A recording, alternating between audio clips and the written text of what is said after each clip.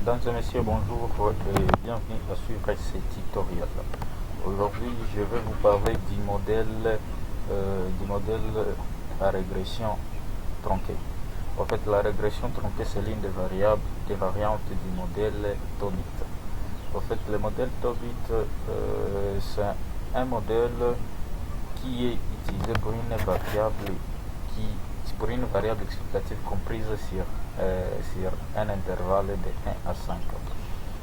Le modèle Tobit appartient à la famille des modèles à variables dépendantes continues mais observables seulement sur un certain intervalle. Ce sont des modèles qui se situent à mi-chemin entre le modèle à variable qualitative et le modèle de régression linéaire où la variable endogène est continue et observable. Ces modèles sont qualifiés de régression censurée ou de régression tronquée. Ce sont là les deux variantes du modèle Tobit, la régression censurée et la régression tronquée. Comme nous nous intéressons à la régression tronquée, on dit qu'un modèle est tronqué lorsque toutes les observations de la variable explicative et des variables dépendantes figurant en dehors d'un intervalle sont totalement perdues. Donc toutes les observations doivent être comprises entre cet intervalle. Aujourd'hui, je vais uniquement vous parler de la régression tronquée. La régression censurée pourra faire l'objet d'un autre tutoriel après.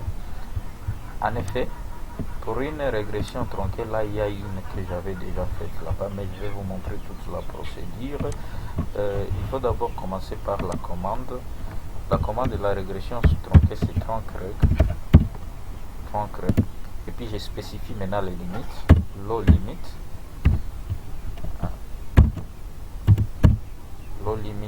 LL, je mets entre parenthèses 1. C'est 1 ici, c'est la valeur minimale acceptable dans notre modèle, donc c'est la limite inférieure ou supérieure. Je mets entre parenthèses, ferme la parenthèse, oui. Entre parenthèses, je mets 5. 5 c'est la valeur maximale, donc la limite supérieure. Après avoir mis toutes les variables et spécifié mes limites, j'appuie sur Entrée. Les résultats sont générés. Le modèle est globalement significatif, ça veut dire qu'au moins l'une des variables dépendantes explique avec ça. L'une des variables dépendantes explique significativement l'orientation entrepreneuriale. Pour la significativité des variables, on regarde ici les probabilités associées à la statistique de Fisher. Après ça, donc ici j'ai 0.05 qui est inférieur à 0.1, inférieur à 10%, donc parce que ça c'est 5.2%.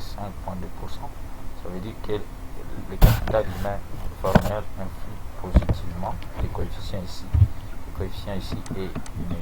est positif, influe positivement sur l'orientation entrepreneuriale, tout comme le capital humain informel, ici c'est positif, influe aussi positivement sur l'orientation entrepreneuriale.